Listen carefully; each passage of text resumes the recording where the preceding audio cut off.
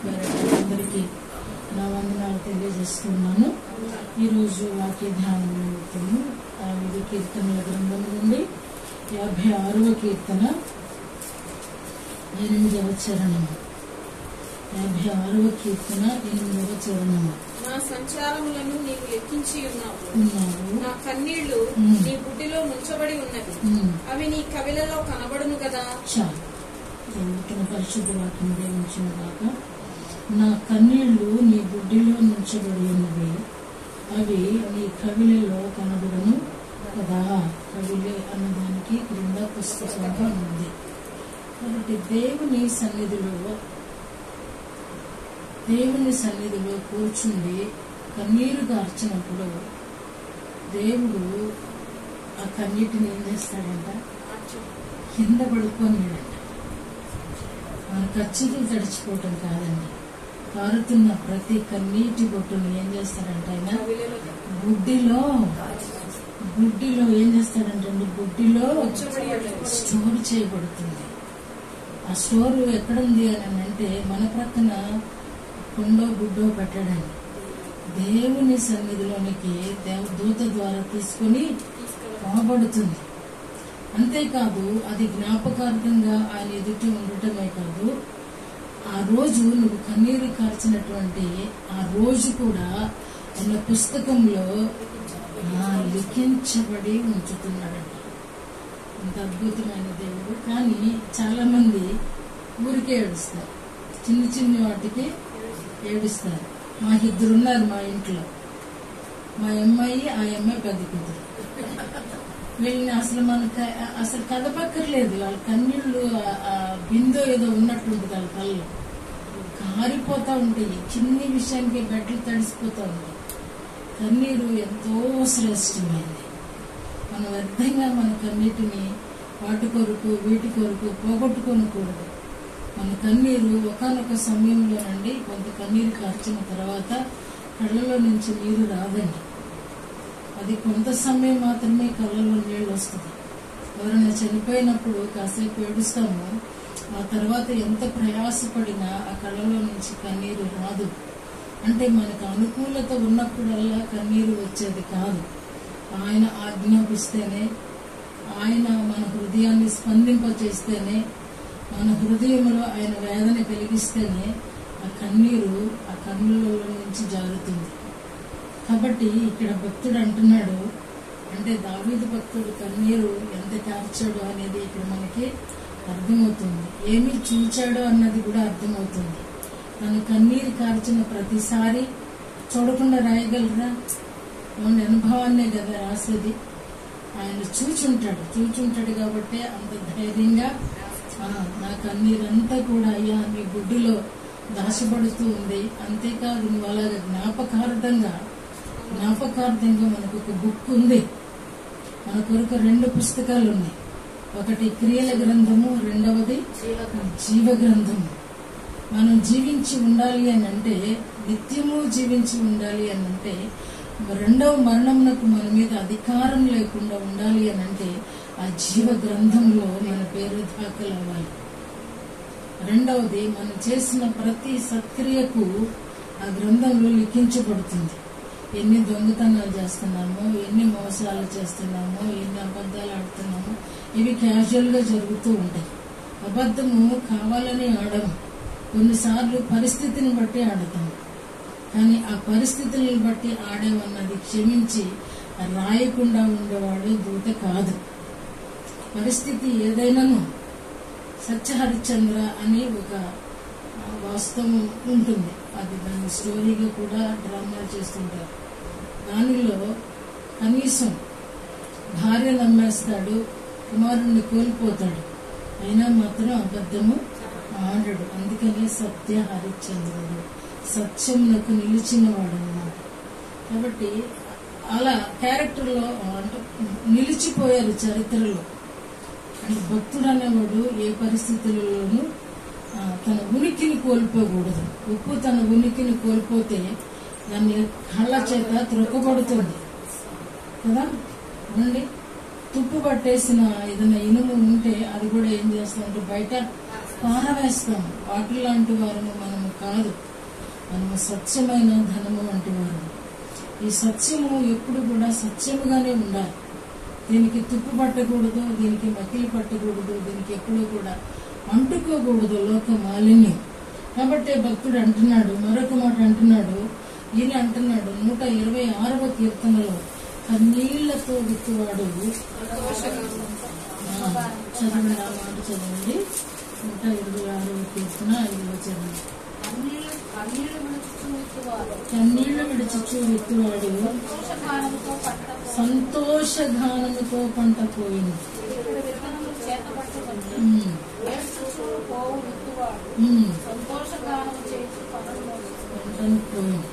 కన్నీళ్లు విత్తువాడు, కన్నీళ్లు పెట్టుబడి, కన్నీళ్లు విత్తనం. విశ్వాసికి పెట్టుబడి ఏమిటి అని అంటే కన్నీళ్లు.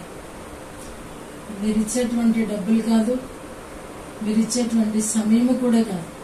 ఏమండి, ఆ సమయంలో అంటే ప్రతిసారి ఇందాకే చెప్పాను, కానీ ఆ హృదయంలో వేదన కలుగుద్ది.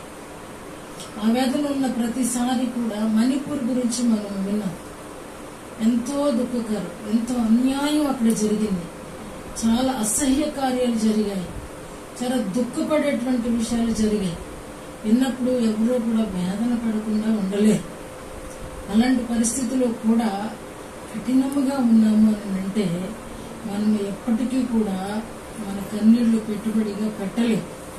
ఇక్కడ ఈ భక్తుడు అంటున్నాడు, కన్నీళ్లతో విత్తువాడు ఆనందగానంతో పంటకు వస్తాడు. కన్నీళ్లు విత్తాలి, ఆన్సర్ కావాలి ప్రార్థనకి అని అంటే కన్నీరు అవసరం.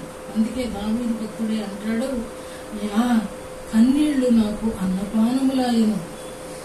కన్నీళ్లు ఆహారము. ఏమండి, దావీదుకి ఆహారం లేదా? ఆహారం లేదా? సమృద్ధి లేదా? ఏమిటి, ఆస్తిపాస్తులు లేవా? అరే, అడవిలో ఉంటే కూడా జున్నుగడ్డలు తిన్నాడు ఆయన. అడవిలో ఉంటే అరణ్యాలలో తిరుగుతూ ఉన్నప్పుడు ఏంటండి మేకలు, ఏంటి జున్ను మేకలు, అంటే ద్రాక్షాడలు, అంజూరపు గెలలు, ఎన్ని తిన్నాడండి ఆయన. అలాంటి తిన్న వ్యక్తి ప్రభు దగ్గర అంటున్నాడు, అయ్యా నా కన్నీరు నాకు అన్నపానము అయ్యింది. ఎందుకొరకు? మరొక చాట అంటాడు, నేను నీ మందిరాన్ని కట్టించే వరకు, నీ ప్రవాస స్థానమును నేను నీకు ఏర్పాటు చేసే వరకు కూడా నేను నా కన్నులకు కొనుకుపాటు రానియను, నా కన్నులకు నిద్ర రానియను, నేను విశ్రాంతి తీసుకోను అంటాడు. ఆయన తృష్ణంతా ఏంటంటారు ఇప్పుడు? ఎందుకొరకు ఈ కన్నీళ్ళు? ఆయన ఏమండి, ఇప్పుడు అంత నెమ్మది ఇచ్చాడు దేవుడు. కొంతకాలం అబ్షాలోము తర్వాత ఆయనకి కొంత కుటుంబ పరిస్థితులలో నెమ్మది ఇచ్చాడు. కానీ ఆ తర్వాత మందిరము పట్ల ఆయనకి నాకు అనిపిస్తుంది, ఆలోచన చేస్తా ఉన్నప్పుడు పగలంతానేమో రాజ్యానికి సంబంధించినటువంటి సద్విషయాలు, రాత్రికి వచ్చేసరికి మందిరాన్ని గూర్చిన ఆలోచనలతో ఆయన హృదయము నిండిన కారణాన్ని బట్టే ఆయన ఈ రీతిగా వెతగలుగుతున్నాడు. నీ ప్రవాస స్థానాన్ని నేను నీకు ఒక ఆలయాన్ని నిర్మించే వరకు కూడా నేను పరుండు మంచమెక్కను, నా కన్నులకు నిద్ర రానియను, నా కన్నులకు కునుకుపాటు రానియడంట. అరగంట ప్రార్థన చేసిన తర్వాత, అరగంట తర్వాత మన ప్రాణం ఎడుగు వెళ్ళిపోద్ది. లేదంటే ఒక గంట కాస్త గట్టిగా ప్రార్థన చేశామంటే అలసటతో 3 గంటలు పడుకుంటాం. ఇది మన నైజం. కానీ భక్తుని నైజం ఏంటి అని అంటే కునుకు రానియడంట. అందుకని అంటాడు, నేను కాదు కొనుక్కోటము, నన్ను కాపాడేవాడు కొనుకడు నిద్రపోడని చెప్పగలిగాడు. ఎందుకంటే మన దేవుడు విశ్రమించే దేవుడు కాదు. మన దేవుడు విశ్రమించి ఉంటే శత్రువు మనల్ని నాలుగుతో కరుచుకొని లాక్కుపోతాడు. కనపడితేనే భయపడేవాళ్ళు ఉన్నారు ఇక్కడ. నేను బల్లి కనపడితేనే భయపడతాను. ఎందుకనంటే అదంతే ఇక. కానీ శత్రువు ఏం చేస్తాడంటే మనం ఇలాగే ఉంటే వాడు నోట కరుచుకొని మనం బ్రతికుండగాని అంటాడు భక్తుడు, ఈయనే అంటాడు, నన్ను ప్రాణముతోనే వాడు మృంగివేయాలని, ఆ ప్రాణముతోనే, నేను ప్రాణం ఉండగానే నన్ను వాడు మృంగివేయాలనుకుంటున్నాడు అని అంటాడు. అంటే శత్రువు చాలా డేంజరస్. వాడిని మనం చాలా తక్కువ అంచనా వేస్తాం. చాలా సార్లు మనం అనుకుంటాము ప్రభు దాన్ని చిరుసుని చితక కొట్టారు అని అనుకుంటాం. కొట్టారు అని రాయబడిన మాట దేనిని సూచిస్తుందంటే నువ్వు కూడా పైన పడేసి తంతావని, కొడతావని, చితక కొడతావని. ఆయన కొట్టేశాడు అని నువ్వు విశ్రమించడానికి కాదు ఆ మాట రాయబడింది. ఆయన కొట్టేశాడు కరెక్టే, ఆయన లాగా నిన్ను చేసింది ఎందుకు అని అంటే నువ్వు కూడా అడుగు లేవకుండా కొడతావని. వాడు చావు దెబ్బ తగిలినా సరే, వాడికి చావు దెబ్బ తగిలింది, తిప్పుకున్నాడంట. ప్రకటన గ్రంథంలో ఈ మాట ఉంటది, ప్రభువు వాడిని చావు దెబ్బ కొట్టారు. నిజంగానే ఆయన సిలువలో 7 మాటల ద్వారా వాడు తలని 7 ముక్కలు చేసిన మాట వాస్తవమే. ఆ మాట ఎందుకు రాయబడింది అని అంటే వాడు మరలా లేచి నిన్ను బాధించుకుంటున్నట్లు, నన్ను బాధించుకుంటున్నట్లు వాడు మరలా నువ్వు తొక్కవలసిన బాధ్యత నీకుంది. ఆయన ఎప్పుడో తొక్కేశాడు అనేది నిజమే, తొక్కేశాడు. కానీ ఆ తొక్కిన వాడు లేవకు, ఎందుకంటే చావు దెబ్బ తగిలినాడు తిప్పుకునేటువంటి వాడు. వాడు చచ్చిన పాముని మీరు కొట్టండి, దాన్ని నజ్జుగా చేసుకుంటానండి. ఆ తల నుంచి ఒక బెత్తుడు భాగంలో దాని దెబ్బ తగలపోతేనంట అది తిప్పుకుంటుందంట వాటర్ పడితే. పామునంతా చంపండి మీరు, తల దగ్గర నుంచి ఒక బెత్తుడు స్థానం, ఆ తల ఉండి ఆ బెత్తుడు స్థానం ఉంటే దానికి ఒక చుక్క నీళ్లు దాని మీద పడితే తిప్పుకుంటుందంట. చావు దెబ్బ తగిలినా అది తిప్పుకునేటువంటిది దానికి ఉంది. ఎందుకంటే దానికి ఒక రోజు ఉంది, దేవుడు దాన్ని లోపల పడవేసే ఒక రోజు ఉంది. ఎందుకు దానికి తిప్పుకుంటుంది అని అంటే మనుష్యుడే దానికి జీవం పోస్తున్నాడు. నేను చెప్పే మాట నిజమేనా? మనుష్యుల అపరాధములు దానికి జీవాన్ని ఇస్తున్నాయి. మనుష్య అపరాధములు దానికి ఆహారము పానము అవుతుంది. కాబట్టే దానికి చావు దెబ్బ తగిలినా, మరణ పడక మీదకి వెళ్ళినా అది తిప్పుకోవటం జరుగుతుందండి. ఇది గమనించాలని హెచ్చరిక చేస్తున్నాను. కాబట్టి కన్నీళ్లతో విత్తువాడు సంతోషగానంతో పంట కోస్తాడు. పిడికెడు విత్తనములు చేత పట్టుకొని ఏడ్చుచూపోవాడు సంతోషగానము చేచు పనులు మోసుకొని పోను. గుప్పెడంట, గుప్పెడు విత్తనాలంట పనులు మోసుకొని పోతారంట. తర్వాత కన్నీళ్లతో విత్తువాడు సంతోషంతో పంట కోస్తాడు. పాటలు పాడుకుంటూ కదా ఆలోచించే. ఎప్పుడన్నా నువ్వు ఇచ్చిన దానికి, నేను మొన్న చెప్పాను, మొన్న శుక్రవారం పూర్తిగా చెప్పాను, దేవునికి ఇచ్చినది ఏది కూడా ఆయన విడిచిపెట్టేసే దేవుడు కాదు. నువ్వు సమయం ఇచ్చేవా, నీ సమయాన్ని బట్టి ఆయన నిన్ను నీ సమయంలో ఆయన హెచ్చించే దేవుడు. లేదు ఏదైనా ఒక పేదవాడిని చేర్చుకున్నావా, నిన్ను నీ తగిన సమయంలో మరొకరికి ఆయన ఆజ్ఞాపిస్తాడు. అవునండి. ఎందుకనంటే సారేపతే విధవరాలు ఏలియాని చేర్చుకుంది. అక్కడ రాయబడుతున్న మాట ఏంటి అంటే తన వారందరూ కూడా ఆ యొక్క కరువు కాలంలో సంతృప్తిగా భోజనం చేశారు. తన వారెవరు కనపడలేదు. తన వారుంటే ఆ పట్టుడే నా దగ్గర ఉంది, ఆ కొంచెం నూనె అనే మాట తను అనదు. ఫోన్లేగా అయ్యా మా వాళ్ళ దగ్గరికి వెళ్ళి నేను తెచ్చుకుంటానులే, నువ్వు ఆకలి కొని వచ్చావు కదా, నీ మట్టుకోక నేను అప్పని చేయిస్తాను అనుండేది. కానీ ప్రభువు నువ్వు నమ్ముకుంటే నీ వారందరినీ కూడా జ్ఞాపకంలోకి తెచ్చుకుంటాడు. నోవా చాలా భక్తిపరుడు. తన కుటుంబాన్ని దేవుడు విడిచిపెట్టలేదు. లోతు నీతిమంతుడు అని వ్రాయబడింది. కానీ తన కుటుంబాన్ని దేవుడు వాళ్ళే చేతులారా పాడు చేసుకున్నారు. దేవుడు వాళ్ళని త్రోసివేల లోపం వాళ్ళని లాగివేసింది. లోకం వాళ్ళని ఈడ్చుకొని పోయింది. లోక మర్యాద, లోక క్రమము, లోక ఆశలు బిడ్డల్ని తల్లిని కూడా, కానీ ఆ నీతిమంతుడు మాత్రం నీతిగానే ఉన్నాడు. కాబట్టి మనం కన్నీరు అనేది క్రైస్తవుని పెట్టుబడి, ఆదాయము, క్రైస్తవుని ఆదాయము కన్నీరు. ఆ కన్నీటిని ఎవరు కూడా వృధా చేసుకోకూడదు. కేరళలో వర్షం నీరుని వృధా చేయాలండి. ఎందుకంటే ప్రశస్తమైన నీరు, అవి కొంచెం త్రాగితే కూడా చాలా తీయగా ఉంటాయి. అది నాకు మొన్న వర్షం వస్తూ నేను కొంచెం తాగినప్పుడు నాకు అది ఆశ్చర్యంగా అనిపించింది. అది సముద్రపు జలమని త్రాగి, అందరి సముద్రపు నీరు ఎలా ఉంటుందండి? మరి ఎలాగ తీయగా మారిందండి? ఆయన బట్టలో మూట కట్టిన నీళ్లు, మేఘములో దాచిన నీరు దేవుడు ఏం చేశాడండి? మానవునికి మంచినీటిగా ఎంతో తీయగా ఉన్నాయండి. ఇప్పుడు తాగి చూడండి, అక్కడ డైరెక్ట్ గా పడేవాటిని. నాకు అది చాలా ఆలోచింపచేసింది నన్ను. అంటే దేవుని చేతిలోకి వెళుతున్న ప్రతిదీ కూడా ఖచ్చితంగా మల్టిప్లై అవటమే కాదు, కానీ దానికి రుచి, వాసన, సమస్తము కూడా మారిపోతాయి అన్నమాట.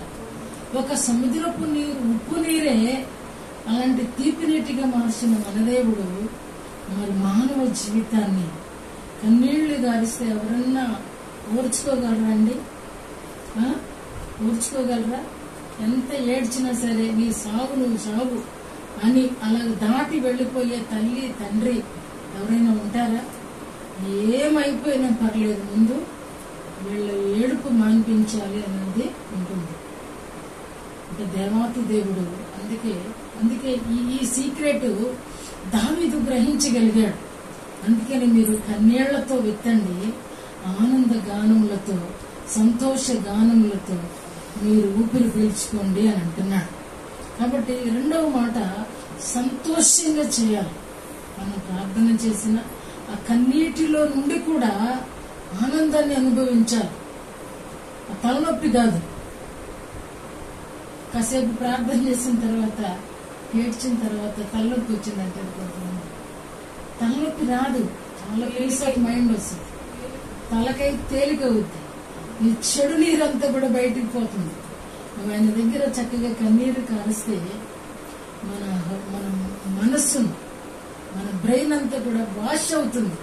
సాధారణంగా నీరుంటే వాష్ అవుద్ది. అందుకని అంటాడు, ఈ సీక్రెట్ ఇర్మియా కూడా తెలుసు. ఈ సీక్రెట్ ఇర్మియా కూడా తెలుసు. అంటాడు, అయ్యా నేను ఈ ప్రజల నిమిత్తము కన్నీరు విడిచినట్లు నా తలను జలమయముగాను, నా కన్నులను కన్నీటి ఊటలుగాను చెయ్యయ్యా అంటాడు. అంటే కన్నీరు అనేది ఎంత శ్రేష్టమైనదో భక్తులకు మాత్రమే తెలుస్తుంది. అందుకని ఈయన అంటున్నాడు, అయ్యా ఈ కన్నీరు నాకు అన్నపానముగా అయ్యింది అంటున్నాడు. 132వ కీర్తన కూడా చూడండి. 132వ కీర్తన 5వ చరణం. ఎట్లనగా యెహోవాకు నేను ఒక స్థలము చూచు వరకు, యాకోబు యొక్క బలిష్ఠునికి ఒక నివాస స్థలము నేను చూచు వరకు, నా వాసస్థానమైన గుడారంలో నేను ప్రవేశింపను. నేను పరుండు మంచము మీదికి ఎక్కను. నా కన్నులకు నిద్ర రానియను, నా కనురెప్పలకు కునికిపాటు రానియను. నేను చాలు 32:3 కూడా చదవండమ్మా. యాకోబు యొక్క బలిష్ఠునికి 32:3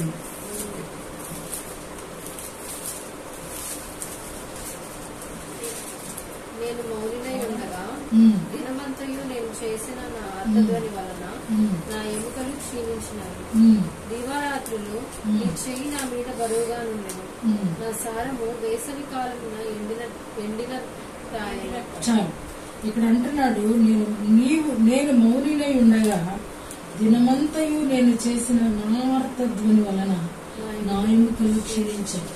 చాలా మంది భక్తులు యేసయ్య గారిని చూసినప్పుడు మరి ఆయన నిజంగా ఎలా అయిపోయారంటే ఆ చనిపోయిన నాటి ఆ బాడీని చూసినప్పుడు మనకి చాలా బాధ అవుతుంది. ఎందుకనంటే ఆయన ప్రార్థన. నిన్నటి దినము ఒక భక్తుడు చనిపోయారు, ఆయన గంటల ప్రకాష్ గారు. చాలా మంచి స్పీకర్ అండి, యవనస్తులకు చాలా చాలా చాలా మంచి దైవజనుడు. ఆయన కూడా కొంతకాలంగా కిడ్నీ వ్యాధితో బాధపడుతూ నిన్నటి దినము చనిపోవడం జరిగింది. ఆయన కూడా ఎంతో చక్కగానండి. నిన్న బాడీని చూసినప్పుడు, అదే వీడియో చూసినప్పుడు అసలు ఏమీ లేదు, ఎముక మాత్రమే మిగిలింది. ఆయన అంత పవర్ఫుల్ గా చెప్పగలుగుతున్నారు అని అంటే ఖచ్చితంగా ఆయన ప్రార్థనా పరుడని మాత్రం నేను చెప్పగలను. ఆయన కూడా పూర్తిగా కూడా క్షీణించిపోయాడు. అందుకనే దావీదు భక్తుడు అంటున్నాడు, చాలా మంది అంటారు ప్రార్థన చేసేవాళ్ళు చాలా బాగుండాలి అంటారు. నిజమే, ముఖము చాలా ప్రకాశించాలి, కానీ లోపల మాత్రం బాడీ, ఎందుకంటే వాడికి అందవలసినవన్నీ అందవు కాబట్టి కొంతవరకు క్షీణదశ ఉంటుంది, కానీ ఆత్మ ఎప్పుడు కూడా వర్ధిల్లుతూనే ఉంటుంది. అంటే ఇక్కడ భక్తుడు అంటున్నాడు, నా ఎముకలు క్షీణిస్తున్నాయి. అయినప్పటికీ కూడా ఆయన ఆశ ఒక్కటే, ఆయన ధ్యాస ఒక్కటే, ప్రభుతో మాత్రము ఆయన ఎప్పుడు కూడా సమాధానకరంగా ఉండాలనేది ఆయన అభిష్టం. 39:12 కూడా ఒకసారి చదవండి. యెహోవా నా ప్రార్థన ఆలకింపుము, నా మొరకు చెవియొగ్గుము, నా కన్నీళ్లు చూచి మౌనముగా ఉండకుము. నీ దృష్టికి నేను అతిథి వంటి వాడను. చాలు, నీ దృష్టికి నేను అతిథి వంటి వాడను, నా కన్నీళ్లు చూచి మౌనముగా ఉండకుము. ఎందుకంటే కన్నీళ్లు కార్చడం అనేది ఈజీ మెథడ్ కాదు, ఈజీగా కాదు. అన్నిసార్లు కన్నీరు మన కళ్ళకి రాదు. అది కొన్ని సార్లు పరిశుద్ధాత్ముడు అలా మనల్ని టచ్ చేసినప్పుడు మాత్రమే ఆ వాల్యుబుల్ కన్నీరు మాత్రమే వస్తుంది. ప్రార్థన చేసిన ప్రతిసారి కన్నీరు వస్తాయి అని అంటే, ఊరికనే ఏడుస్తున్నామంటే అది శరీర సంబంధమైనది. కానీ ఒక్కనొక్క టైంలో అన్కంట్రోల్ ఆ కన్నీరు స్టార్ట్ అయింది అని అంటే దాన్ని ఎవరు కూడా ఆపలేరు. అందుకని ఈయన అంటున్నాడు, అయ్యా నేను కన్నీరు కార్చినప్పుడు నీవు మౌనముగా ఉండొద్దు. మౌనంగా ఉంటే నిజంగా ఆ టైంలో మనకు అనిపిస్తుంది, ఆ కన్నీరు కారుస్తున్నప్పుడు ఖచ్చితంగా ఈ ప్రార్థన దేవుని సన్నిధానానికి నేరుగా చేరుతుంది అని అనిపిస్తుంది ఖచ్చితంగా. కానీ ఆ టైంలో దేవుడు మౌనం అయిపోతే ఆ భక్తుడు పడే వేదన మామూలు వేదన కాదు. కాబట్టి అంటున్నాడయ్యా, నిజంగా నేనే కాదు, భక్తులు కన్నీరు కార్చినప్పుడు నువ్వేమాత్రం కూడా మౌనముగా ఉండొద్దు అని చెప్పేసి ప్రభువుని బ్రతిమలాడుతూ ఉండడం మనం గమనిస్తున్నాం. 55:3 కూడా ఒక మాట ఉంది. 55 శత్రువుల శబ్దమును బట్టి, దుష్టుల బలాత్కారమును బట్టి నేను చింతాక్రాంతుడనై విశ్రాంతి లేక మూడుచున్నాను. చాలు, నేను చింతాక్రాంతుడనై విశ్రాంతి లేక మూలుగుచున్నాను. ఇంకా శత్రువు ఏంటంటే ఆయన ఎక్కడికి వెళ్ళినా జయమే కదా. దావీదు ఆయన దగ్గర ఉన్న సైన్యమే గాని దావీదు అల్లపోయినా గెలిచి వచ్చేస్తున్నారు. మరి ఈయనకి చింత ఏంటి? ఏది గెలవలేకపోతున్నాడు అని బాధ, రాజ్యపు బాధ, భార్యల బాధ, కుటుంబ బాధ, ఏ బాధ అని ఉంటే ఆయనకి ఆ బాధలేమి పెద్ద బాధగా అనిపించట్లేదు. ఆయన ప్రతిదాన్ని కూడా కూల్గా ఆలోచించగలిగినటువంటి మంచి దైవజనుడు మన దావీదు భక్తుడు. అయితే మరి ఎందుకు చింత అనంటే ఒకటే, ఈ రాత్రులు మూలుగుతున్నాడే, ఆ రాత్రులు దేవుడు మాట్లాడకపోతే ఆయనకి చింత, దేవుడు ఆన్సర్ ఇవ్వకపోతే. అందుకనే ప్రతి కీర్తనలో కూడా స్టార్టింగ్ అంతా కూడా స్తుతి చెల్లించడం, ప్రార్థించడం, మొర్రపెట్టడం జరుగుతుంది. రెండో అంశానికి వచ్చేసరికి ప్రభువు తనని దర్శించినప్పుడు కలిగే అనుభూతిని, అనుభవాలను ఆ రెండో భాగంలో ప్రతి కీర్తనలోనూ ఆ సందేశం ఉంటుందండి. అంటే మనం కూడా మన జీవితాలలో ఆయన నుండి సందేశం పొందుకోవాలంటే మనం కూడా ఎలాగో ప్రార్థించాలంటే మొట్టమొదటిగా మన మన మన దైనందిన జీవితంలో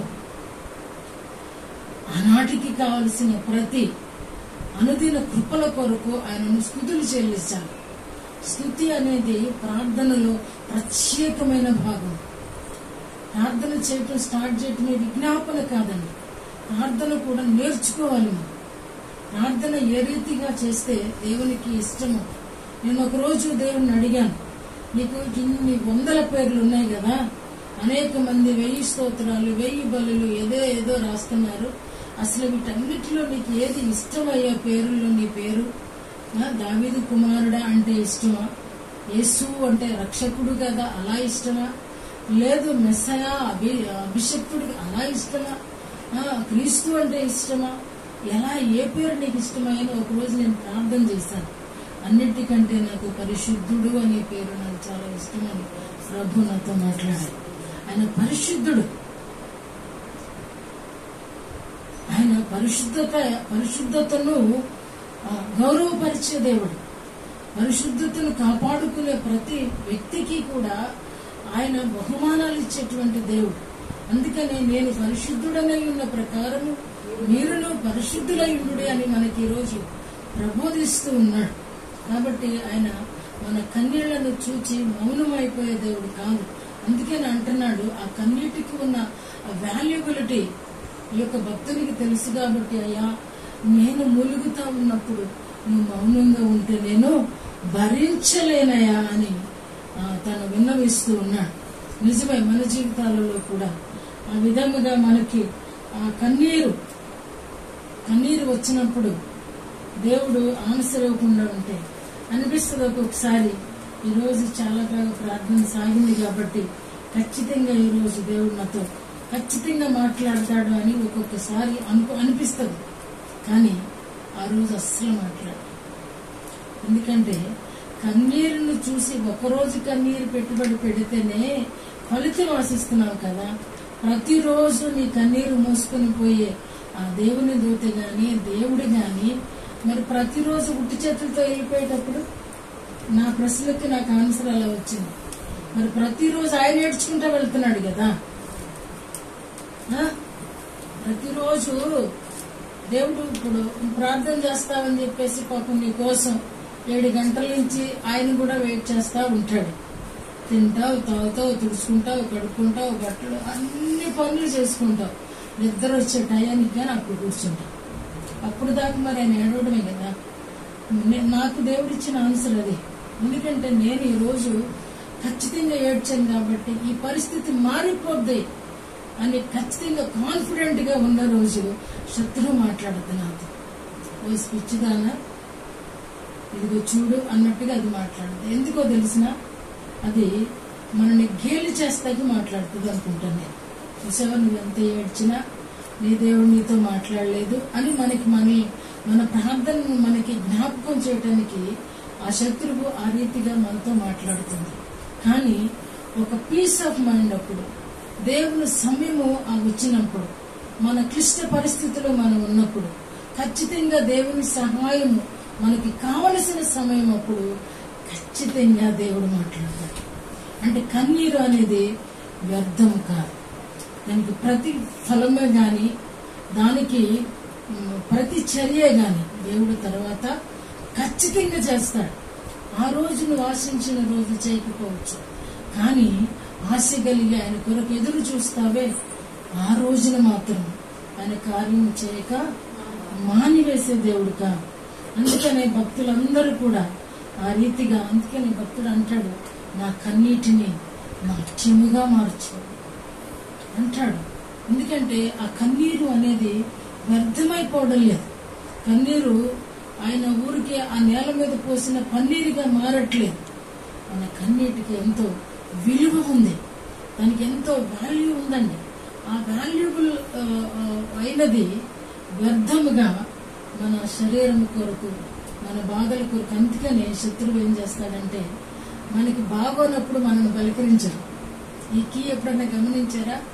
మనకి బాగా సఫర్ అయ్యేటప్పుడు, బాగా బాధపడేటప్పుడు ఆ రోజు మనల్ని మన ఇంట్లో పలకరించరు. అప్పుడు శత్రువు వస్తాడు. వచ్చేమంటాడో చెప్పిన చెవిలో, చూసావా నువ్వెంత బాధపడుతుంటే కనీసం పలకరించారా, కనీసం నీ వైపు చూసారా, నీకేం కావాలని అడిగారా, ఫోన్ చేశారా, నేను మొన్నే చెప్పాను కదా అని ఇవన్నీ కూడా మన ప్రక్క నుండి ఏం చేస్తాడండి, ఏమంటాడు, గొనుగుతూ ఉంటాడు. ఆ టైంలో మనకు అప్పుడు దాకా మనకి ఆలోచన కూడా ఉండదు. కానీ వీడు ఎప్పుడైతే ఈ దురాలోచన కలిగిస్తాడో ఈ అనారోగ్యాన్ని ప్రక్కన పెడతాము, దేని మీదకి వెళ్ళిపోద్దండి మన మనసు, మన ఆలోచన అంతా దీన్ని బట్టి అనుకుంటా సామెత పుట్టింది. అంటే అల్లుడు నవ్వినందుకు కాదు తోడుకోవడం ఇది అంటారు కదా, తిట్టినందుకు కాదు నవ్వినందుకు అని. ఇట్లా అంటే శత్రువు వాడి ప్రణాళికలు ఆ రీతిగా ఉంటాయి. కానీ దేవుని ప్రణాళిక అలా కాదు. ఆ రోజు ఇస్తే నేను అనుకుంటాను, అంటే కొంతమందిని గురించి చదివినప్పుడు, అదే టెండూల్కర్ గురించి చదివినప్పుడు నాకు అర్థమైంది. అంటే మన దేవుడు కూడా అది అర్థం కావాలి కదా మీకు. టెండూల్కర్ని వాళ్ళ గురువు గారు ఎప్పుడు మెచ్చుకునేవాడు కాదట. టెండూల్కర్ అంటేనే ప్రపంచం అంతా మెచ్చుకుంటుంది. ఆడు 30 కొట్టెళ్ళినా గొప్ప అనుకుంటుంది, అదేంటో తెలియదు. కానీ వాళ్ళ గురువు గారు మాత్రం 150 కొట్టినప్పుడు కూడా బాగా ఆడేమనేవాడు కాదట. కానీ రిటైర్ అయ్యి వెళ్ళినప్పుడు, ఆయన దగ్గరికి వెళ్ళినప్పుడు ఆయన కౌగిలించుకుని చాలా బాగా ఆడామన్నాడు. అంటే మన దేవుడు కూడా అంటే అప్పుడు మెచ్చుకుని ఉంటే, ఆ రోజునే ఆన్సర్ ఇచ్చేసి ఉంటే మానవుడు గమనించవచ్చు, మానవుడు అతిశయించవచ్చు. ఈ సీక్రెట్ గమనించండి. మానవుడు నేను ప్రార్థన చేశాను కాబట్టి దేవుడు వెంటనే నాకు నేను ప్రార్థన చేస్తే ఏమనుకున్నావు, నా కన్నీరు ఎంతో విలువైంది కాబట్టి వెంటనే ఆన్సర్ ఇచ్చేసాడు. ఈ చిట్కాన్ని ఇంకా ఎప్పుడూ పాటిస్తూ ఉంటాం. అందుకనే ఆ రోజు దేవుడు బహుశా ఆన్సర్ ఇవ్వడేమో. రాస్పర్ గారు కూడా చాలా సార్లు ఆయన నోటితో అనడం నేను విన్నా, నేను కన్నీరు గార్చానంటే ఎదుటోడు నిలవలేడంట. వాస్తవం కాదు ఇది,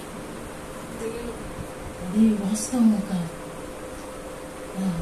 కాబట్టి మన జీవితాల్లో ఆ కన్నీరు చాలా విలువైందని ప్రతిదాన్ని అడగకుండా ఆ కన్నీటిని మనలో చాలా భద్రపరచుకోవాలని ఈరోజు ఈ వాక్యం ద్వారా నేను మీకు హెచ్చరిస్తూ ఉన్నా. కాబట్టి అందుకనే దావీదు భక్తుడు ఇంత విలువైన కన్నీరు, ఆయన కవిలిలో దాచేటువంటి కన్నీరు, ఆయన గుడ్డులో నిల్వ ఉంచేటువంటి కన్నీరు బహుశా వెళ్ళిన తర్వాత దినకరన్ గారు లాంటి వాళ్ళు, ఇర్మియా గారు లాంటి వాళ్ళు వెళ్ళినప్పుడు బహుశా ఆ కన్నీటిని చూయించి దేవుడు చాలా సంతోషపడతారేమో కదా. దినకరన్ గారు కూడా వాక్యం విత్తుతున్నంతసేపు కూడా ఆయన కళ్ళల్లో నుండి కన్నీరు ధారాపాతంగానే కారుతూ ఉండేది. ఎందుకంటే ఆయన్ని కన్నీటి ప్రవక్త అని ఈ లోకంలో కూడా ఆయన అనేవారు. ఇర్మియా కూడా పరిస్థితులన్నిటిని బట్టి, ఆయన మాట వినడంలోని పరిస్థితిని బట్టి ఇర్మియా కూడా కన్నీటితోనే ఉండేవాడు. అందుకని ఆయనను కన్నీటి ప్రవక్త అని పిలిచాడు. కాబట్టి ఆయన ఆ రీతిగా ఆ భక్తులందరూ కూడా ఆ కన్నీళ్లను ఎంతో విలువైనవిగా ఎంచారు. అవి మన ఒక విధంగా చెప్పాలంటే మనకి ఏమన్నా పెట్టుబడి ఉంది అని అంటే, దేవునికి ఇచ్చేది ఏమైనా ఉంది అని అంటే, ఎందుకంటే ఈ జీవము దేవుడిచ్చిందే, అది మనం ఇవ్వడానికి లేదు. మనలో ఉన్న ప్రతి భాగాన్ని దేవుడు మన కొరకు అమర్చినవి. వీటిల్లో ఏది ఇచ్చి మనం గొప్ప చేయలేము ఆయన్ని. అలాగే మనకు ఒక ఉద్యోగం ఇచ్చారు, ఆయన ఆ ఉద్యోగుల నుంచి ప్రభుని కనపరుస్తున్నామంటే ఆయన ఇచ్చిన దానిలో నుంచి 9 నువ్వు తీసుకుంటున్నావు, ఒక భాగం ప్రభుకి ఇస్తున్నావు. అది కూడా ఆయన ఇచ్చిన దానిలో నుంచే ఇస్తున్నావు. ఒకవేళ నేను కష్టపడి చదువుకున్నాను అంటే నేను రెక్కలకు సొత్తుగా నీకు జ్ఞానం ఇచ్చింది దేవాతి దేవుడే. అందులో నుంచి కూడా మనం అతిశయించి ఏదో ఉప్పొంగిపోవడానికి ఏమీ కూడా లేదు. కానీ ఒక పెట్టుబడి మాత్రం అది దేవునికి ఇచ్చేది, అదే నిజమైన ఆత్మానుసారమైన కన్నీరు. అందుకని అంటాడు, ఆత్మానుసారమైనటువంటి దుఃఖము రక్షణార్థమైన మనసు కలిగేసేది. అది వ్యర్థంగా దీన్ని ఇచ్చేయకూడదు. మనం దాన్ని చక్కగా ఆయన సన్నిధిలో కుమ్మరించుకోవాలి. అన్నాన్ని గురించి మనం చూస్తాము. 2 సమూయేలు గ్రంథం 1వ అధ్యాయం మొదట్లో ఆవిడ కనపడుతుంది.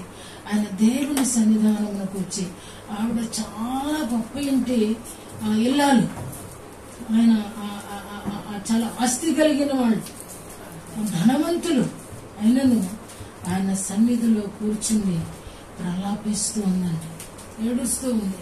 ఎందుకంటే 10 మంది కుమారుల కంటే అత్యధికంగా ప్రేమించేటువంటి భర్త ఉన్నాడు. సాధారణంగా ఆడ మనిషికి ఎక్కడ గర్వం అంటే, తనను ప్రేమించే భర్త ఉంటే గర్విస్తుంది స్త్రీ. తనను ప్రేమిస్తున్నాడు, తన మాటను గౌరవిస్తున్నాడు అంటే ఆ మనస్సులో తనకున్న గర్వం మామూలుగా ఉండదండి. నేను చెప్పినట్టే వింటారండి. నేను 1-2 స్త్రీలను చూస్తాను, నేను చెప్పినట్టే, నేను ఏది చెప్తే అది జరుగుతుందండి అంటారు. ఆ మాట కొంచెం నొప్పిగా అనిపిస్తుంది నాకు కూడా. కాదు, అది కరెక్ట్ కాదు. కానీ ఈ స్త్రీ తనకున్న లోటును బట్టి ఆయన సన్నిధికి వచ్చి అవేకునే వచ్చి ఆయన సన్నిధిలో కూర్చుని ఏడుస్తూ ఉందండి. ఉట్టు చేతులతో ఆమెను పంపివేశాడా? ఏమండి, ఉట్టు చేతులతో పంపివేసాడు. ప్రతి ఏటా ఎన్నో మొక్కుబళ్ళు తన భర్త చెల్లిస్తూ ఉంటాడు, ప్రతి ఏటా దేవుని సన్నిధికి వచ్చినప్పుడు. కానీ అద్భుతం ఏమిటంటే ఆ ఏటా తను ఏమీ తీసుకోలేదు ఆయన దగ్గర నుంచి.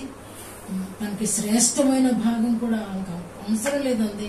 ఎందుకనంటే తన అవసరత తీర్చేది తన భర్త కాదు అనేది తను తెలుసుకోగలిగింది. కాబట్టి ఆ వాస్తవంతో దేవుని సన్నిధానానికి వచ్చినప్పుడు అద్భుతమైన కుమారుణ్ణి తను మోసుకొని వెళ్ళింది. నిజమేనా నేను చెప్పేది? 2వ రాజుల గ్రంథం కూడా ఒకసారి చూద్దాం. నెహెమ్యా, దీనికంటే ముందు నెహెమ్యా భక్తుల్ని చూద్దాం. నెహెమ్యా కూడా 1వ అధ్యాయము 3వ వచనంలో ఉంటుంది కదా. ఆయన కూడా కూర్చుని ఏడుస్తున్నాడంట. దేని కొరకు ఏడుస్తున్నాడు అబ్బా అని అంటే చెరపట్టబడినటువంటి ఆయన ప్రజలు, ఇజ్రాయేల్ అనేటువంటి దేవుని ప్రజలు, చెరపట్టబడిన వారిలో శేషించిన వారు ఆ దేశంలో బహుగా శ్రమను నిందను పొందుచున్నారు. మరియు యెరూషలేము యొక్క ప్రాకారము పడద్రోయబడినది, దాని గుమ్మములను అగ్ని చేత కాల్చబడినవని నాతో చెప్పిరి. ఈ మాటలు వినినప్పుడు నేను కూర్చుండి ఏడ్చి కొన్ని దినములు దుఃఖముతో ఉపవాసం ఉండి ఆకాశమందలి దేవుని ఎదుట విజ్ఞాపన చేసి తిని. చూసారా ఎవరి కోసం ఏడుస్తున్నాడండి? తన కొరకు ఏడుస్తున్నాడా? ఏమండి, దేవుని ప్రజలు చెరపట్టబడి బబులోనికి తీసుకుని పోబడ్డారు. అక్కడ వాళ్ళందరూ కూడా దూషించబడుతున్నారు, నిందించబడుతున్నారు, శ్రమ పడుతున్నారు. ఈయన చూడండి ఎంతో దాహం కలిగినటువంటి వ్యక్తి. పోనీ ఈయన ఏమన్నా పెద్ద అధికార స్థానంలో ఉన్నారా అని అంటే లేదు, ఒక పనివానిగా ఉన్నాడు, రాజుకు గిన్నెందించేవానిగా ఉన్నాడు, ద్రాక్షరసం అందించేటువంటి ఒక మామూలు ఉద్యోగం. కానీ ఆయన ప్రతిరోజు మాత్రం రాజుని కలవచ్చు, ప్రతిరోజు మాత్రం రాజుని కలవచ్చు. ఎందుకంటే వాడికి ఆహారం పెట్టేటువంటి డ్యూటీ. కానీ ఇతనికి ఉన్నటువంటి దాహం ఏంటి అని అంటే తన ప్రజలు శ్రమలో ఉన్నారు, తన ప్రజలు బాధలో ఉన్నారు. ఈ వేదన కలిగినటువంటి నెహెమ్యా తన ప్రజల విడుదల కొరకు మొట్టమొదటిగా రాజు దగ్గరికి వెళ్ళి తన బాధ చెప్పట్లేదండి. ముందు పని ఏం చేశాడండి నెహెమ్యా? కూర్చుండి ఎవరి దగ్గర ఏడ్చాడు? దేవుని దగ్గర ఏడ్చాడు. రాజు దగ్గరికి వెళ్ళి మనవి చేశాడు. ఏమండి, దేవుని దగ్గర ఏడ్చాడు. సమస్య వచ్చినప్పుడు ఎక్కడ ఏడవాలండి? ముందు 4 గోడల మధ్యలోకి వెళ్ళిపోవాలి.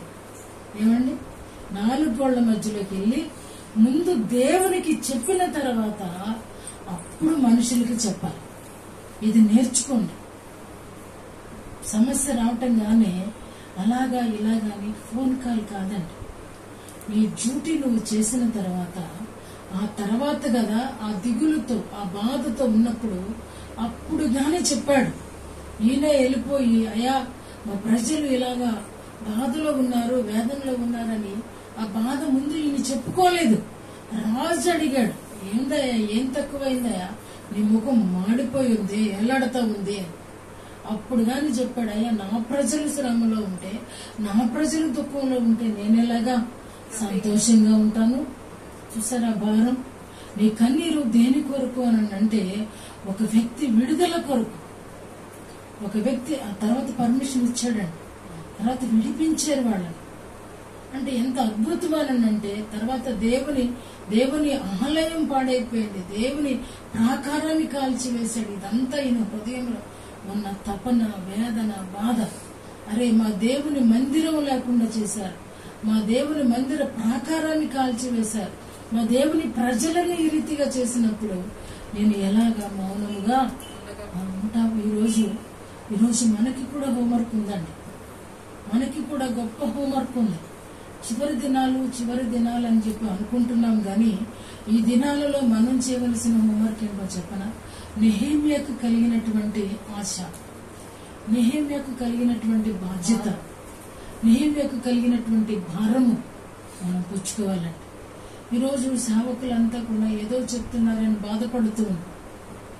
ఏది చెప్పకుండా ఆపే ధన్యత దేవుడు క్రైస్తవునికి కన్నీటిని పెట్టుబడిగా ఇచ్చాడు. కన్నీటితో విత్తినవాడు ఆనంద గానముతో పంట కోస్తాడని భక్తుడు చెప్తున్నాడు. కాబట్టి ఈరోజు ఈ దేశం పడతా ఉన్నారు, అప్పుడు వాళ్ళ వీడియోస్ పడతా ఉన్నారు, మాస్టర్ గారు ఏదో చేసేద్దామని. కానీ ఒక్క క్రైస్తవుడు అంటే హిట్లర్కి భయం వేసిందంట. హిట్లర్ అనేవాడు ఎంతో మూర్ఖుడు, వాడంత నియంత లేడు. అలాంటి వ్యక్తి వాడికంట ఎవ్వరన్నా భయపడ్డాడు. కానీ ప్రేయర్ చేసేవాడంటే భయం అంటాడు. నువ్వు ప్రార్థన చేస్తావా ఇక అంతే, ఆడు ప్రార్థన చేసేవాడంటే నోరు మెదపడంటే. అంటే ప్రార్థనా పరుడికి దేవుడిచ్చినటువంటి ఆయుధము, దేవుడిచ్చినటువంటి అధికారము, దేవుడిచ్చినటువంటి వరము, దేవుడిచ్చినటువంటి వరం అండి. వరం అంటే ఎవరి కొరకు వెళ్ళి ప్రార్థన చేస్తే స్వస్థత వచ్చేది వరం అవ్వచ్చు. కానీ అన్నిటికంటే నువ్వు చెయ్యి పెట్టకుండానే వచ్చే ఈ యొక్క విడుదల అనేది దేవుడిచ్చినటువంటి ఆయుధము అనొచ్చు, ఖడ్గము అనొచ్చు. మనము ఆయన సన్నిధానంలో కూర్చుండి ఏడ్చినప్పుడు దేవుడు అద్భుతమైనటువంటి కార్యాన్ని నెహెమ్యా జీవితంలో, ఇజ్రా జీవితంలో చేశాడు. ఇది మనందరం నమ్ముతున్నాం. అలాగే 2వ రాజుల గ్రంథము 8వ అధ్యాయము చివరికి వచ్చేస్తున్నాను. 2వ రాజుల గ్రంథము 8వ అధ్యాయము 13వ వచనం 11వ వచనం. హజాయేలు ముఖము చిన్నపోగునంత వరకు ఆ దైవజనుడు అతని తేరి చూచుచు కన్నీళ్లు రాల్చెను. హజాయేలు, నా ఏలినవాడవైన నీవు కన్నీళ్లు రాల్చెదవేమని అతని అడుగగా ఎలీషా ఇలాగు ప్రత్యుత్తరం ఇచ్చెను. ఇజ్రాయేలు వారి గట్టి స్థలములను నీవు కాల్చివేయుదువు, వారి యవనస్తులను కత్తి చేత హతము చేయుదువు, వారి పిల్లలను నేలకు వేసి కొట్టి చంపుదువు, వారి గర్భిణుల కడుపులను చింపివేయుదువు. గనుక నీవు వారికి చేయబోవు కీడును నేను ఎరిగియుండుట చేత కన్నీళ్లు రాల్చుచున్నాను. అందుకు హజాయేలు, కుక్క వంటి వాడనగు నీ దాసుడనైన నేను ఇంత కార్యము చేయుటకు ఎంతటి వాడను అని అతనితో అనగా, ఎలీషా, నీవు సిరియా మీద రాజువగుదువని యెహోవా నాకు బయలుపరిచి ఉన్నాడనెను. అతడు ఎలీషాను విడిచి వెళ్లి తన యజమానుని యొద్దకు రాగా అతడు ఎలీషా నీతో చెప్పినదేమని అడుగగా, చాలు హజాయేలు అనేటువంటి రాజును ఏలియా అభిషేకించాడు. యాహూను తర్వాత ఎలీషా, వీళ్ళ ముగ్గురిని ఏలియా అభిషేకించాడు. ఒకరి చేతిలో నుంచి ఒకరు జారిపోయేటప్పుడు అక్కడ నువ్వు అంట ముగ్గురిని కూడా తప్పించుకుని పోయిన ప్రతి వాడిని కూడా మీరు హతమార్చండి అని చెప్పేసి బయలు పూజించిన వాళ్ళనే గాని, దేశంలో విచ్చలవిడిగా ఉన్న వారిని గాని. ఆ హజాయేలు ఇతన్ని గురించి ఇతను ఎలీషా దగ్గరకు వచ్చాడు. తన రాజుగారు దగ్గర పనిచేసేటువంటి వాడు. వచ్చినప్పుడు ఎలీషా ఏడుస్తా ఉన్నాడు. అతన్ని తేరి చూచి కన్నీళ్లు రాల్చింది. ఎలీషా ఏడుస్తున్నాడు. ఎందుకోనంటే హజాయేలు ఏమి చేయవలసి ఉన్నదో దైవజనునికి తెలుసు. వాళ్ళు మామూలు దైవజనులు కాదు, తెలుసు. ఎందుకయ్యా నువ్వు నన్ను చూసి ఏడుస్తున్నావు అన్నప్పుడు చెప్తున్నాడు, నువ్వేమేమి చేయబోతున్నావో ఇదంతా కూడా నేను చూస్తున్నానయ్యా. నువ్వు గర్భిణీ స్త్రీల కడుపులు చించివేస్తావు, ఆ కీడుని నేను ఎరిగి ఉన్నాను, అందుకే కన్నీళ్లు రాలుస్తున్నాను. కత్తి చేత పిల్లల్ని చంపేస్తావు, యవనస్తులను చంపేస్తావు, ఇజ్రాయేల్ వారి స్థలాలను నువ్వు కాల్చివేస్తావు, కత్తితో నువ్వు అందరినీ కూడా సమూల నాశనం చేస్తావని చెప్పి ఎలీషా ఏడుస్తున్నాడు అంటున్నాడు. ఆ మాట చేశాడో లేదో చూద్దాం మనం. 13వ అధ్యాయము రాజుల గ్రంథం 2 కింగ్స్ 13వ అధ్యాయము 23వ వచనం. కానీ యెహోవా వారి మీద జాలిపడి వారి యందు దయ ఉంచి 23వ వచనం. హజాయేలు ఇశ్రాయేలు వారిని బాధ పెట్టాను. వాడు చేయవలసినదంతా కూడా చేసేసినట్లుగా మనం ఇక్కడ చూస్తున్నాం. అలాగే 8వ అధ్యాయం 13వ అధ్యాయంలోని 23వ వచనం కూడా చూద్దాం. చదివాం కదా, ఇజ్రాయేలు రాజు బాధ పెట్టాను అనేది మనం ఇక్కడ గమనిస్తున్నాం. కానీ ఆ రాజు ఆ రీతిగా చేయడాన్ని ఇక్కడ మనం గమనిస్తున్నాం. అంటే ఒక వ్యక్తి బాధాకరమైనది చేయబోతున్నప్పుడు కూడా భక్తులు కన్నీరు విడిచారు. తర్వాత ఇంకొక ముసలి ప్రవక్త కూడా అంటాడు, ఆయన కూడా ఏడుస్తున్నట్లుగా మనం చూస్తాం. కన్నీళ్లు విడిచాను అని ఉంటుంది. ఆ రిఫరెన్స్ నేను చూడలేకపోయాను. కాబట్టి యెషయా గ్రంథంలో కూడా ఆ మాట చూద్దాము. 38వ అధ్యాయము 3వ వచనాన్ని చూడండి. ఇక్కడ హిజ్కియా మనకి కనబడుతూ ఉంటాడు. యథార్థ హృదయుడై సత్యముతో నీ సన్నిధిని నేనెట్లు నడుచుకుంటునో, నీ దృష్టికి అనుకూలముగా సమస్తమును నేనెట్లు జరిగించుతునో కృపతో జ్ఞాపకము చేసుకొనుమని హిజ్కియా కన్నీళ్లు విడుచుచు యెహోవాను ప్రార్థింపగా యెహోవా వాక్కు యెషయాకు ప్రత్యక్షమై. చాలు చూసారా, ఇక్కడ భక్తుడికి అనారోగ్యం కలుగుద్దని కూడా, అంటే ప్రార్థించేటువంటి వ్యక్తుల భారము, ప్రార్థించేటువంటి విశ్వాసుల యొక్క బాధ్యత దేవుని చేతిలో ఉంటుంది. మనకు వచ్చేటువంటి ప్రతి బలహీనత ముందుగానే దేవుడు బయలుపరచడం జరుగుతుంది. అదే హిజ్కియా ప్రార్థనా పరుడు అనేది మనం గత వారంలో మనం కొన్ని అంశాలు మనం నేర్చుకున్నాం శుక్రవారం. కాబట్టి ఆయన ప్రార్థనా పరుడు, ప్రతిదీ కూడా ప్రార్థించి దేవుని ఆశ్రయించినటువంటి మంచి రాజు అని, యూదా రాజు అని మనం చెప్పొచ్చు. కాబట్టి ఆ రాజు గారికి ముందుగానే దేవుడు బయలుపరుస్తున్నాడు, అబ్బాయి నీకు మరణకరమైనటువంటి వ్యాధి రాబోతా ఉంది. యెషయా ప్రవక్తను పంపించి ఆ మాటలు చెప్పినప్పుడు హిజ్కియా కన్నీళ్లు విడుస్తూ ప్రార్థన చేశాడట. ఆ ప్రార్థన ప్రభు ఆలకించి అద్భుతమైన స్వస్థతను తనకి ఇవ్వడాన్ని మనము గమనిస్తున్నాం. అంటే ప్రార్థన, భక్తుడు ప్రార్థించినప్పుడు దేవుడు దాటిపోయేవాడు కాదు అనేది మనకి ధైర్యాన్ని ఇస్తుంది. అంటే ఏ సమయంలో మనం ప్రార్థన చేసినప్పటికీ, ఏ సమయంలో ఆయనను ఆశ్రయించినప్పటికీ కూడా ఆయన దాటిపోయే దేవుడు కాదు అని అనిపిస్తుంది. చివరిగా దావీదు కీర్తనలోనే 6వ కీర్తన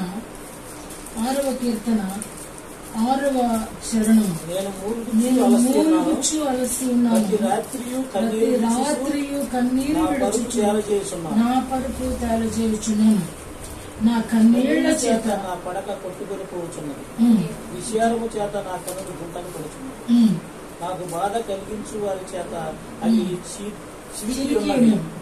యెహోవా నా రోదన ధ్వని ఇదే ఉన్నాడు, పాపము చేయవారి ద్వారా మీరందరూ నా యొద్ద నుండి తొలగిపోండి. చూసారు, ఇక్కడ కీర్తనకారుడు అంటున్నాడు, ఎంత కన్నీరు చేత తన పరుపు తేలజేస్తున్నాడు. నా పడక కొట్టుకొని పోయింది, నా కన్నీరు విడుచుచు నా పరుపును తేలజేయుచున్నాను, చారము చేత నా కన్నులు గుంటలు పడుచున్నాయి. ఆలోచించావా ఎప్పుడైనా? ఖచ్చితంగా తడిసిద్దా మనకి? ఏమండి, ఆ భారం ఎప్పుడో సిద్ధానంటే, పాడైపోతున్నటువంటి మన హృదయ స్థితిని బాగు చేసుకోవాలని మంచి ఆలోచన కలిగినప్పుడు, నన్ను బాగు చేసుకున్న తర్వాత నా ప్రజలందరూ కూడా సమూలంగా పాడైపోతున్నారు, సమూలంగా నష్టపడుతున్నారు, చనిపోయిన తర్వాత నరకానికి వెళ్ళిపోతారు అనేటువంటి తృష్ణ కలిగిన నెహెమ్యాలాగా, దావీదు భక్తునిలాగా ఇలాగా ఆ భారం కలుగుతాడు. ఆ భారం కలిగినప్పుడు మాత్రమే విస్తారమైనటువంటి కన్నీరు దేవుడు ఇస్తాడు. ఎందుకనంటే కన్నీరు కార్చేది మానవుడు కాదు, ఆ ఆత్మే మనలోనికి వచ్చి ఉచ్చరింప శక్తిగానే మూలుగులతో ఆ ఆత్మే మన కొరకు విజ్ఞాపనము చేయుచున్నాడని లేఖనము సెలవిస్తుంది. కాబట్టి మనం ఆ రీతిగా కన్నీరు కార్చగలుగుతాం. ఊరికే మాత్రం కన్నీరు కార్చలేం. పరుపు తేలిపోయే అంత పశ్చాత్తాపం దావీదుకి ఎందుకు వచ్చింది అనంటే, తన జీవితంలో తెలిసి చేసినది ఒక పొరపాటే, కానీ దేవుడు అద్భుతమైన సహాయాన్ని ఆయన్ని కోపగించుకోవాలి. భక్తుడు తప్పు చేసినప్పుడు తప్పకుండా దేవుని గద్దింపు వారిని విడిచిపెట్టదు. హిజ్కియాను చూసినప్పుడు ఆయన బలహీనత వస్తే ఆయన ఒప్పుకోలేదు. అలాగే దావీదు పాపం చేసినప్పుడు నాతాను ప్రవక్తను అతని కొరకు పంపించాడు. అంటే తన భక్తులు నాశనం అందటం కానీ, ప్రార్థనా పరులు చెడిపోవటం కానీ, ప్రార్థనా పరులు నశించిపోవటం కానీ, ఒక ప్రార్థన చేసేవాడు ఆయన్ని కలవకుండా దూరంగా జరిగిపోవటం కానీ దేవుడు సహించడు అనేది ఈరోజు వాక్యంలో నుంచి మనం నేర్చుకుంటున్నాం. కాబట్టి మన జీవితాలలో దేవుడు ఇస్తున్నటువంటి ఈ శుభ అవకాశాన్ని కన్నీటితో విత్తుట మనం నేర్చుకోవాలి. కన్నీటితో ఆయన కాళ్ళు తడిపేటువంటి అనుభవం. ఓ స్త్రీ వచ్చింది కదా ఆయన దగ్గరికి, అత్తరును నేను ఒక రోజునే అడిగాను, అత్తరెందుకు పగలగొట్టింది, అవన్నీ గాజుకుంటూ ఉంటాయిగా అని అడిగాను. లేనిపోయింది పగలగొట్టడం ఎందుకు, చక్కలా పోసేయచ్చు కదా అన్నాడు. ప్రభు అన్నాడు, తన హృదయం పగిలింది. ఒకేసారి అదంతా కూడా సువాసనగా వెదజల్లాలని పోస్తూ ఉంటే కొంచెం కొంచెం డ్రాప్స్ పడతాయి, అంతే కదా.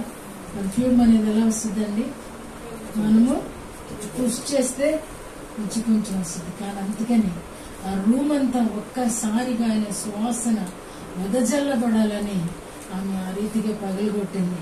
దాని గుర్తు సీసా పగలగొట్టడం నువ్వు చూడబాకు, పగిలింది ఆమె హృదయం.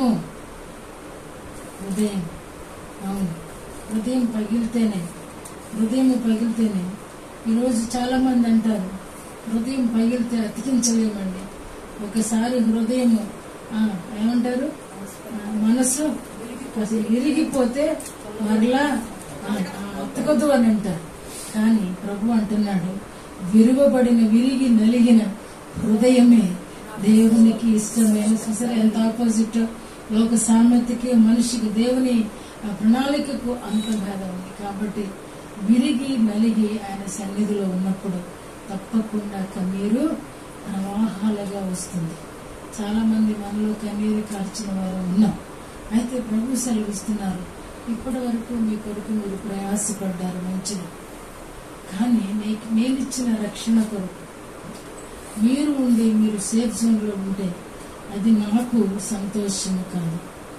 రోజు లోకమంతా కూడా చాలా క్లిష్ట పరిస్థితులలో ఉంది. సత్యము నేర్పేవారు లేక, సత్యములో నిలబెట్టేవారు లేక, రోజు గద్దించేవారు లేక, ఈరోజు యూట్యూబ్ లో ఏదన్నా ఇప్పుడున్న వాక్యం విందామని అంటే ఎవరు చూసినా ఆశీర్వాదాలు. ఓ పాస్టర్ గారు పెట్టాడు, ఏమని పెట్టాడు, చూసి బాగా నవ్వుకోండి అని పెట్టాడు. అది మెసేజ్. నవ్వండి, బైబిల్ అంటే వాక్యం నవ్వులాట. వాక్యం ఎంత సీరియస్ అండి, ఎంత వాస్తవం అండి, దేవుడు ఎంత అద్భుతం అండి. కాబట్టి మన జీవితాల్లో దేవుడు ఈ భారాన్ని ప్రతి గుండెలో నింపాలని హృదయపూర్వకంగా కోరుకుంటూ ప్రార్థన, ఒకవేళ మీ పరిస్థితులను బట్టి సమయం లేకపోయినా కొంత సమయంలోనైనా, అది ఇందా చెప్పాను కదా, ఎందుకు మనకన్నిటికీ వెంటనే ఆన్సర్ రావట్లేదని అంటే ఆయన్ని ఎన్నో రోజులుగా ఏడిపిస్తూ ఒక భక్తుడు పాడతాడు, ఎంతసేపు నిలువబెట్టి ఏడిపింతూ రతని, ఎంతసేపు నిలువబెట్టి ఏడిపిస్తావు కదా. ఉదయం అన్నాడు, తలుపునొద్ద ఉన్నాడు, ఎంతసేపు నిలువబెట్టి ఏడిపిస్తావు. కాబట్టి మన కన్నీటికి ఆన్సర్ రావట్లేదు. కానీ మన కన్నీరు ఆయన కవిలో దాయాలన్నా, ఆయన గుడ్డిలో రాయాలన్నా, ఆయన గుడ్డిలో దాయాలన్నా ఆ సీక్రెట్ మన దగ్గరే ఉంది. ఆయన ఏడిపించుకుంటూ ఉంటే మన ఏడుపుకి వెంటనే ఆన్సర్ వస్తుంది. ఆయనను సంతోషపెడుతూ ఉంటే ఆ సంతోషాన్ని ఆయన కూడా ఆపుకోలేడు దేవుడు కదా. ఇజ్రాయేలీలు దుఃఖపెట్టినంత కాలం కూడా బాధపడతాడు.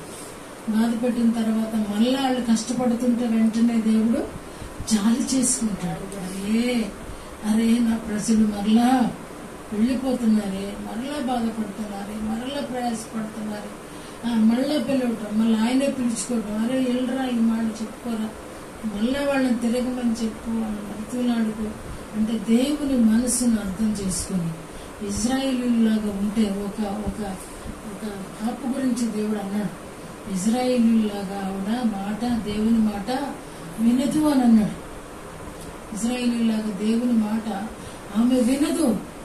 కానీ తన జీవితాన్ని చూస్తున్నాము, ఎంతో శ్రమలో ఉంది. ఆ రోజు పెళ్లికి ముందే నేను చెప్పానంట, అది దేవుని చిత్తము కాదు, ఇక్కడ ఇద్దరు సాక్షులు ఉన్నారు. అది దేవుని చిత్తం కాదు. తను చాలా శ్రమ పడాల్సి ఉంటుంది. ప్రభు ఈ మాట చెప్తున్నారు అన్నప్పుడు తన తండ్రికి తెలిసింది, ఆ కష్టం తనే పడుతుంది. అడిగారు, ఇలా అనుకుంటున్నానమ్మా అంటే ఇలా మాట్లాడారు అని నేను చెప్పినప్పుడు ఈరోజు తన వైవాహిక జీవితంలో ఎన్నో శ్రమలు అనుభవిస్తున్నాడు. ఈనాటికి కూడా నెమ్మది లేని జీవితం, సౌఖ్యం కలిగిన జీవితం, సంతోషం కలిగిన దినాలు అసలు తన జీవితంలో అనుభవించిందో లేదో కూడా నాకు డౌటే. ఈనాటికి కూడా పెళ్ళి ఎంతకాలం అవుతుందని కనీసం 10 ఏళ్ళు దాటి. కాబట్టి జ్ఞాపకం చేసుకున్నాం, ప్రభుని దుఃఖపెట్టి మనం సంతోషిస్తూ ఉంటే ఆయన దుఃఖము మనకి ఎలా ఉంటుందంటే చెరగా ఉంటుంది. మన కన్నీరును ఆయన నాట్యముగా మారుస్తానన్నప్పుడు ఆయన దగ్గరికి వెళ్ళి సంతోషగానముతో పంట కోసుకోవడానికి, సంతోషగానముతో ఆయనను ఆర్భాటంతో స్తుతించడానికి ప్రభువు సహాయం చేయాలని కోరుకుంటూ ప్రతి ఒక్కరూ కన్నీటితో విత్తాలని. మన కన్నీరు చాలా విలువైనదని, మన కన్నీటికి ఆయన ఆన్సర్ ఇవ్వడానికి చాలా సమీపముగా ఉన్నారని, ఆయన మన కొరకు ఒక దూతను అపాయింట్ చేశారనేది జ్ఞాపకం చేసుకుంటూ హృదయ భారము దయచేయాలి. నా దేశం కొరకు మనము శ్రమ వచ్చిన తర్వాత శ్రమలో ఉండి మొరపెడితే ఇజ్రాయేలీలాగా మరొక నాయకుడు మనకి కావాలి. నాయకులు లేని టైం అది. 7 ఏళ్ల శ్రమలు ఉన్నాయంటే భూమి మీద ఏ మోషే లాంటి వాడు ఉండడు, ఏ మోషే లాంటి వాడు ఏలియా లాంటి వాడు ఉండరు. సంఘం ఎత్తబడిపోద్ది. ఒకవేళ ఎత్తబడకపోయినా సరే సువార్త అనేది ఇప్పటికే ఎక్కడైనా వాల్యుబుల్ గా మనని సువార్త సభలు జరగనిస్తున్నారు. అరే సువార్త సభలు పెట్టుకుంటే పాట పాడుతున్న అమ్మాయి పేరు కోసేశారు. అంత దారుణమైనటువంటి బైబిల్స్ పంచుకుంటుంటే అవన్నీ ఒక చోట కుప్పగా పెట్టి కాల్చి వేస్తున్నారు. పాస్టర్లు కొడుతున్నారు. చర్చెస్ పర్మిషన్ లేదు, అది లేదు, ఇది లేదంటే కూల్చి వేస్తున్నారు. శ్రమ ప్రారంభం అయిపోయింది. అది తెలియకుండానే మన కింద చాప కింద నీరు రాగా మన వరకు వచ్చేస్తుంది. అప్పుడు మొరపెట్టడం వల్ల మనం ఎవరు కూడా ఆ శ్రమలోనే పడి చనిపోతాం. కానీ అలా చనిపోవడం అనేది దేవుని చిత్తం కొరకు మనల్ని సృజించలేము. ఇప్పుడే మనము కన్నీటితో విత్తే ఆనంద గానముతో మన కొరకు పిడికిడు విత్తనముల చేత పట్టుకొని విత్తినవాడు సంతోష గానముతో పంట కోసుకు పనులను కూర్చుకుంటాడు. కాబట్టి అట్టి అనుభవాన్ని దేవుడు మనందరికీ సమృద్ధిగా దయచేయాలని ప్రతి ఒక్కరూ కూడా హృదయంలో క్రీస్తును గురించిన భారం అంటే యేసు మనస్సు ధరించుకుంటే వీళ్ళందరి కొరకు ఆయన ఈ పాప భారము కొరకు ఎలాగ మన దగ్గరుండి చేతులు చాపి లోబడనొల్లని వైపు దినమంతయు నా చేతులు చాపి ఉంచానని ప్రభు చెప్తున్న మాటను జ్ఞాపకం చేసుకుంటూ కనీసం కొంత సమయమైనా మన చేతులు ఆయన తట్టు చాపి 10వ భాగం ఇచ్చేస్తున్నాను నేను ఫ్రీ అనుకుంటే అది చాలా తప్పు. కానీ నీ సమయాన్ని ప్రతిరోజు దొంగిలిస్తూ ప్రతిరోజు దొంగతనం చేస్తున్నావు అనేది మాత్రం గ్రహించకపోతే ఒకరోజు నిజంగా ఆ దొంగల లెక్కలో చేర్చబడతావు. నేను చూశాను, నేను చదివాను నరకానికి పిక్నిక్ అనే పుస్తకంలో. దానిలో ప్రతి తప్పు చేసినోడికి కూడా ఒక ప్లేట్ ఉంటుందంట. ఆ ప్లేట్ మీద మనం చేసినటువంటి పాపము రాయబడి ఉంటుందంట. అది వ్యభిచారమైన దొంగతనమైన. అయితే ఒకసారి ఈ 7 బిడ్డలు ప్రభుని అడిగారంట, అయ్యా ఇదేంటి 10వ భాగం ఇవ్వనోడు ఎక్కడున్నాడేంటి, అదేంటి అని అంటే మరి కమాండ్ కదా వాళ్ళు చేయలేదు కాబట్టి ఇక్కడికి వచ్చారన్న. వ్యభిచారం చేసేవాళ్ళు అదొక భయంకరమైన శిక్ష, అబద్ధాలు ఆడినవాడు అదొక భయంకరమైన శిక్ష. మరి ఇంకొక అమ్మాయి కూడా దొంగతనము రాయబడి ఉందట. అలాగే ఎక్కువగా ప్రేమించేటువంటి కొంతమంది స్ప్రేలు ప్రేమిస్తారు, కొంతమంది నగలు ప్రేమిస్తారు, కొంతమంది వస్త్రాలను ప్రేమిస్తారు.